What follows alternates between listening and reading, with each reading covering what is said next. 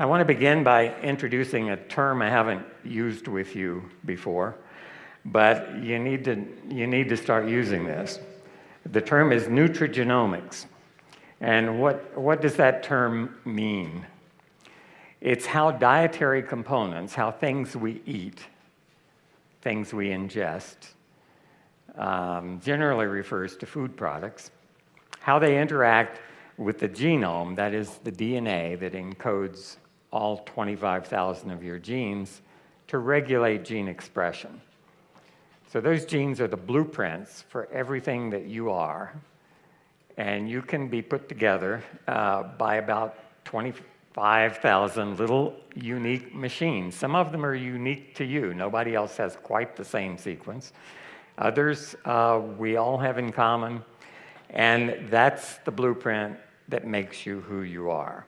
So how things we eat can affect the expression of those blueprints, how the rate at which they're converted into the enzymes that they encode, the little machines that do the things you have to do. This word you all know already, but what is it? What is Protandim? And the definition actually has changed a bit in the last 5 years. In the beginning, what we thought Protandim would be was an antioxidant supplement. Not a conventional one, but a different way of doing it. And that's no longer an adequate description. So this is what I want you to learn and want you to use as you describe Protandim. Protandim is a NRF2 activator in the nutrigenomics arena, all right? You may not have any idea what I just said, but you have a job, you have an obligation to learn what this means. And I'm going to tell you in the rest of this presentation what some of those words mean. NRF2, NRF2, it's an abbreviation for something you don't even want to hear, but it's a long word. NRF2 is one of the key proteins in your body, in every cell in your body, that has the function of regulating your genome. Yeah, I said you have 25,000 genes that are expressed. NRF2 regulates about 2% of those, about 500 genes, some of which are turned up, some of which are turned down. You can think of every gene as having a dimmer switch, so just like the lights in your home, and you can turn them up gradually or down. It's not just on off, it's degrees.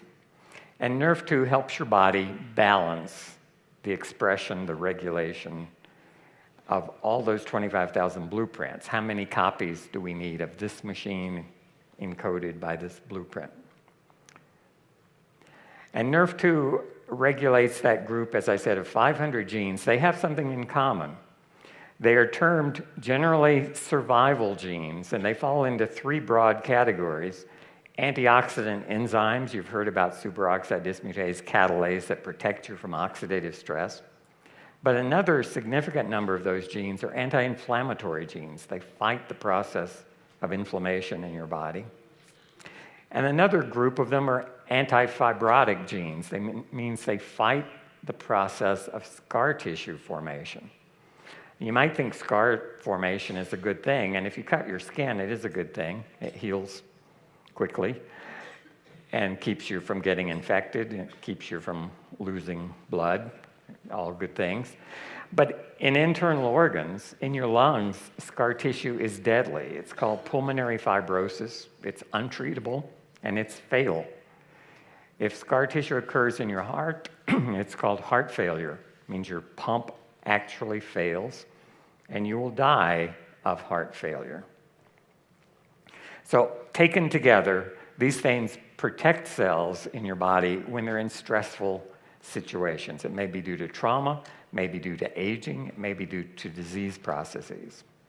But that group of genes all have the same kind of dimmer switch, and NRF2 is the protein that can reach those dimmer switches and turn them up or down. So it's responsible for that. It's been called the master regulator of antioxidant gene expression.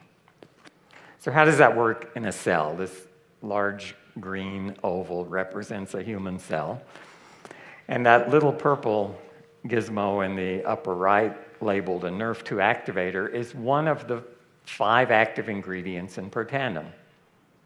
And so as that NRF activator approaches a human cell, it binds at a specific site. It's called a receptor on the cell surface. The analogy I'm going to use is if this big cell is your home, that NRF2 activator just stepped on the front porch, and it did something. It pushed your doorbell. It rings, causes a reaction inside the house, in this case, inside the cell. What is that reaction? Well, if it were the doorbell, you may be sitting on the sofa watching TV, and suddenly you get up, you do something, you have a response. Inside this cell, the same thing happens. When NRF2 rings the doorbell, as it were, an enzyme called a kinase, what it does is not terribly important, but it's one of these 25,000 gene products, and it's doing its job here to realize that NRF2 needs to be activated. So this NRF2 activator, by activating the kinase, brings about a chemical reaction, and there you see a little round red protein labeled NRF2. That's our signal molecule, messenger molecule. And it's being held inside the cell, but outside the nucleus by another protein here labeled KEAP1. Because this kinase physically changes the NRF2, and you can see there it's put a little yellow phosphate group on it, change in structure. And that change brings about a release of NRF2 from that blue protein that's been holding it out in the green part of the cell, allows it to diffuse into the nucleus where all those genes are housed. And once in there, it has access to all those dimmer switches, the 500 that control the NRF2 regulated genes.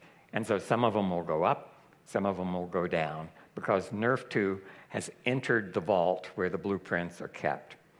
And this may seem like hand-waving, it may seem like a fantasy. Every step of this is true. It's simplified a little bit, as you might guess. And if I showed you the real science, you probably would have trouble following it. But that's what happens. And the analogy is not much different than if somebody rings your doorbell, you get up, answer the door, it tells you, go to the kitchen, and you enter that room of the house. And once in there, you can turn on switches. That's what NRF2 does. And when those switches are turned on, these 3 groups of genes that I just talked to you about are up and down regulated, depending on what they do. So antioxidant enzymes are expressed, more antioxidant enzyme protection. Antifibrotic genes are expressed, anti-inflammatory genes are expressed. And some genes are turned down, the ones that are pro-fibrotic and pro-inflammatory, because they're switches that cause things to happen and cause things not to happen. And the result is that cell is now protected from stress.